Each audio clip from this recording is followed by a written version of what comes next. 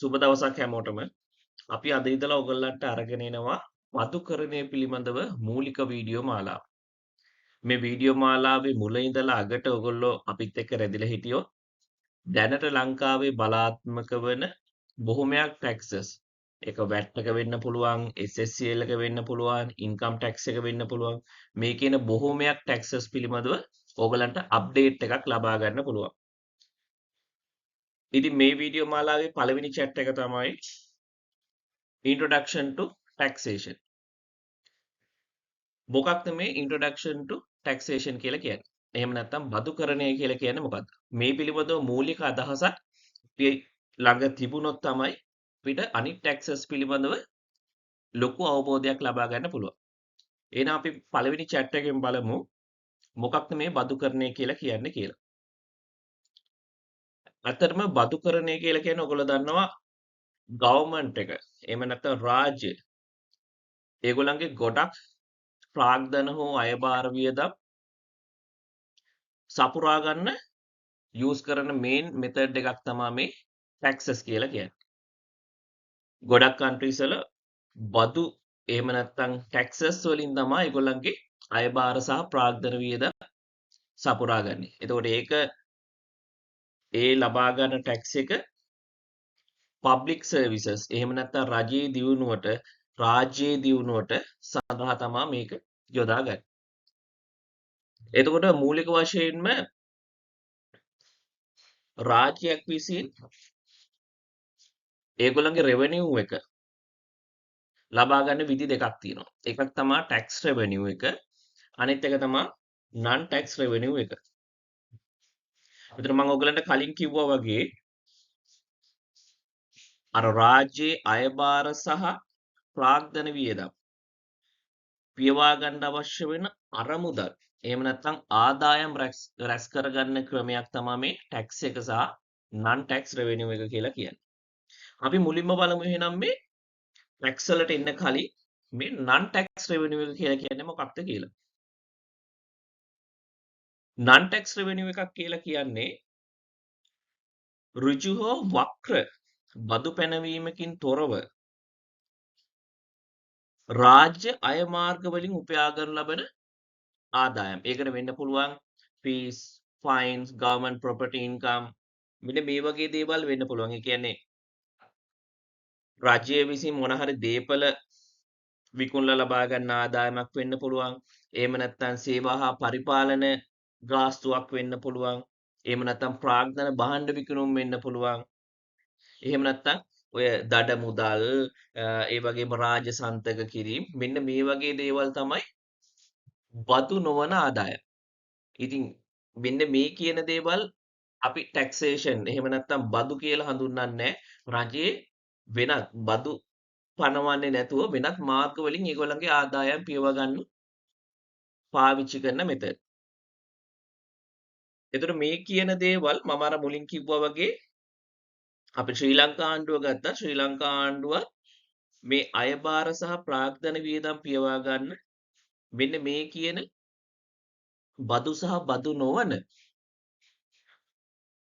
Sauce වලින් ඒගොල්ලන්ගේ ආදායම් සපුරා ගන්නවා. ඒතකොට ඒක මූලිකම අරමුණ වෙන්නේ අර රාජ්‍යයේ ඩෙවලොප්මන්ට් එක, රාජ්‍යයේ සංවර්ධන කටයුතු සහ එදිනදා අයභාර වියදම් පියවා ගන්න තමයි මේක ගොඩක් වෙලාවට යූස් කරන්නේ.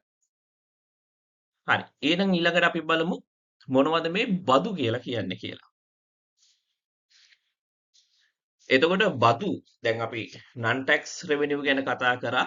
එහෙනම් අපි බලමු මොනවද දැන් අපේ දැනට ලංකාවේ තියෙන tax වර්ග. එහෙම නැත්නම් බදු වන ආදායම් මොනවද තියෙන කියලා. ඒ කියන්නේ මේ ආදායම් බදු ගහලා තමයි එකතු කරගන්නේ. එතකොට මේකෙදි ගත්තොත් එහෙම අපි ශ්‍රී ලංකා ආණ්ඩුව වුණත් වැඩි ප්‍රමාණයක් අපේ බදු නොවන ආදායම් නෙමෙයි තියෙන්නේ බදු ආදායම් තමයි තියෙන්නේ. ඒ ටැක්සස් ගැන අපි කතා කරුවොත් මූලික වශයෙන්ම අපිට තියෙනවා ඉන්කම් ටැක්ස් එක. ආදායම් බද්ද. ඊළඟට තියෙනවා VAT එක. value added tax එක. එකතු කළම අගේ මත බද්ද. ඊළඟට තියෙනවා excise duty එක. ඊළඟට තියෙනවා ඒ කියන්නේ නිෂ්පාදිත බදු. ඊළඟට තියෙනවා Port Authority Levy නේද? වරාය සහ ගුවන් තොටුපළ බද්ද. ඊළඟට සෙස් බදු තියෙන්න පුළුවන්. ඊළඟට share transaction levy නේද? කොටස් හුවමාරු බද්ද. කොටස් මොන හරි හුවමාරු වෙනකොට කොළඹ කොටස් වෙළඳපොලේ ඒ මත යන බද්ද. ඊළඟට SSCL සමාජ ආරක්ෂණ දායකත්ව බද්ද. ඊළඟට ටෙලිකමියුනිකේෂන් ලෙවි දුරකථන බද්ද. ඊළඟට තියෙනවා කස්ටම් ඩියුටි තීරු බදු නේද? අපි ගොඩක් ඉම්පෝර්ට්ස් කරනකොට අපිට පැනවන බද්දක් තීරු බදු. ඊළඟට තියෙනවා ස්ටෑම්ප් ඩියුටි මුද්දර බදු. ඊළඟට තියෙනවා ටුවරිසම් ඩෙවලොප්මන්ට් ලෙවි සංචාරක සංවර්ධන බද්ද. ඊළඟට තියෙනවා ලොටරි ටැක්ස්. මෙන්න මේ වගේ තවත් ටැක්සස් ප්‍රමාණයක් තියෙනවා. එක්සාම්පල් එකක් හැටියට මෙන්න මේ වගේ ටැක්සස් මෙන්න මේ වගේ බදු වලින් තමයි රජය තමන්ගේ බදු වන ආදායම් රැස් කරගන්නේ.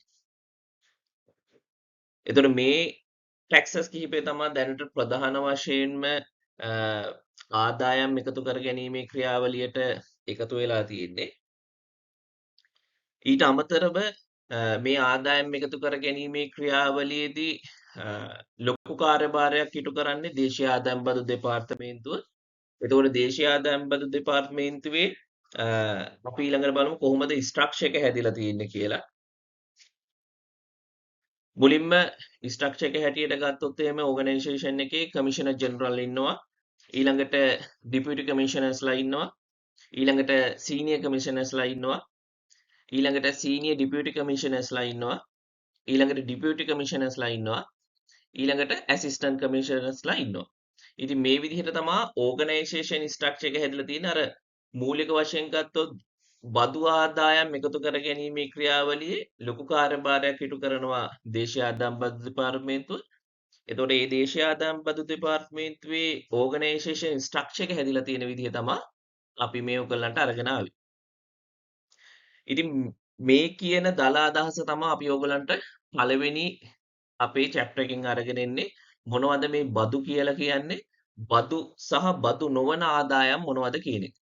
එතකොට අපේ ඊළඟ වීඩියෝ එකේ ඉඳලා අපි ඔයගලන්ට අරගෙන එනවා අර කතා කරපු ටැක්සස් පිළිබඳව. ඒ කියන්නේ බදු වන ආදායම් වල ප්‍රධාන ටැක්සස් ටික අපි ඔයගලන්ට අරගෙන එනවා. ඉතින් අපේ දෙවෙනි වීඩියෝ එකෙන් අපි ඔයගලන්ට අරගෙන එනවා මොකක්ද මේ ඉන්කම් ටැක්ස් එක කියලා කියන්නේ කියලා.